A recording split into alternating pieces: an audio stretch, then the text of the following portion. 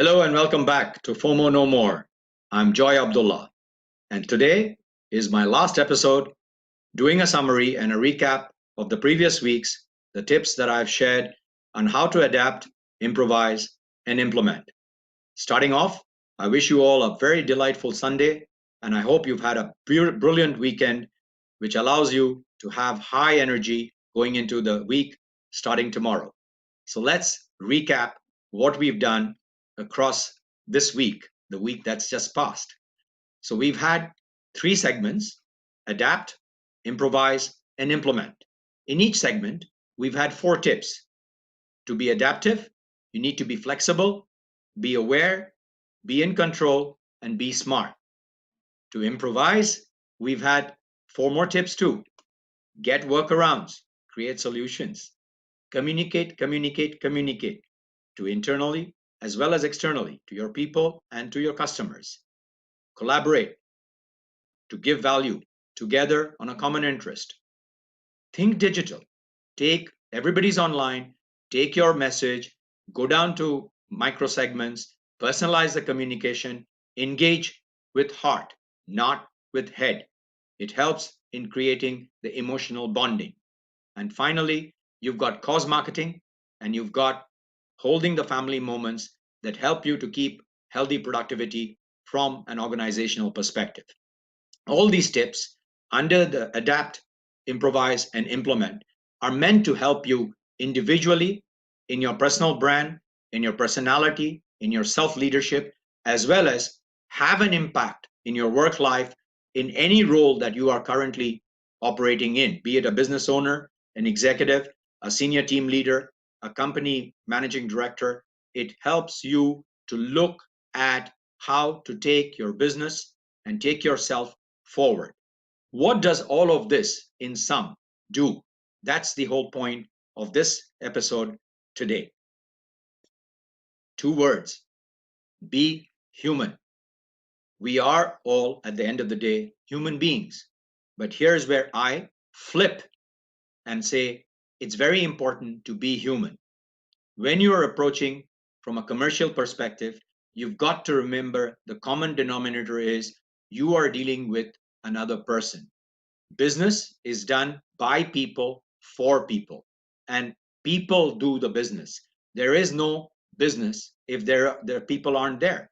Employees are people, customers are people, your community, your society, all are people.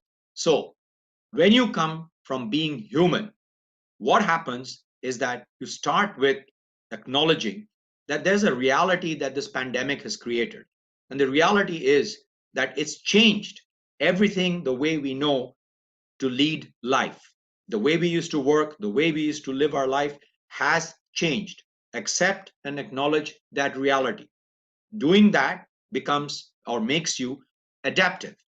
It says, all right, so what do I do now? And then the tips that I've shared come into play. So the first thing is when you accept what's the reality, you are becoming aware of what is happening around you, what is happening in your sphere of influence.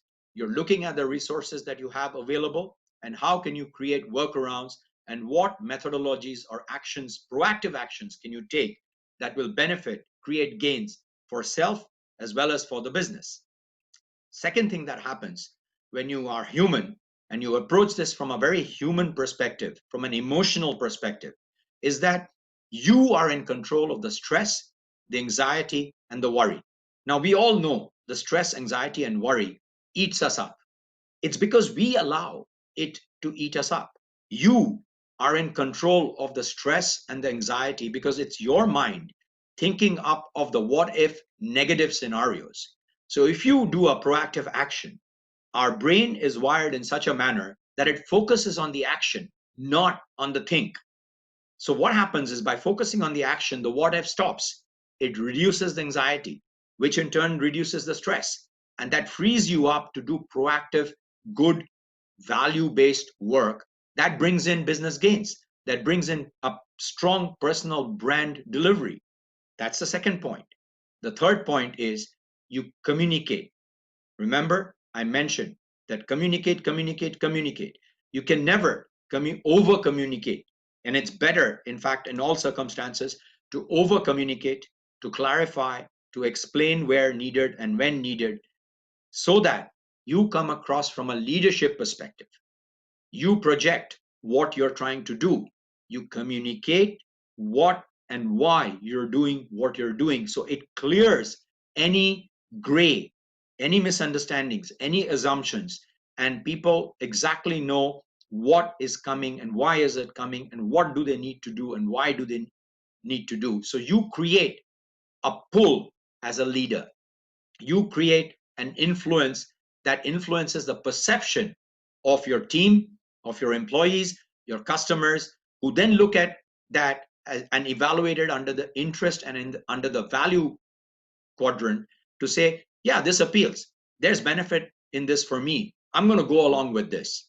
And that helps you to create the followership that you need, both individually as well as for your business. And the last and the fourth key point of being human is that you need this communication.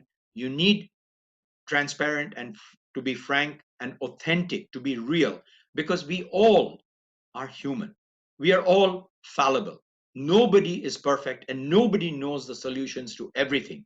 What I've shared with you over the week has come with years of learning on the job, so to speak. It's come out of experience. I've culled it together, and my intent is to share it out so that it's of some value to you and you use it and take it forward in your personal brand, in your business. So communicate authentically. Be you, be yourself, be human, and you would find people reciprocating immediately and instantly. Because when we are human, when we are real, we are talking from our heart space, as it's called. That's an emotional connect. It's not a logical construct. And an emotional connect comes with intuition, feeling good, and saying, this has value for me, because you are basing it on the interest and on the common goal that your customers and your employees have. And you're collaborating in a way and a manner of speaking together. So, in summary, be human, acknowledge the reality of the scenario, reduce the stress, anxiety, and worry by yourself, by being self-aware and controlling and taking charge. You're being in control, so you're able to take action and take action with the resources you have, and that automatically brings all the fear factors down. And you communicate openly and transparently. It adds to your personal brand and to your business brand. Today's episode is a little short. It's a summary, and I do hope that this whole week and these tips have been extremely helpful to you.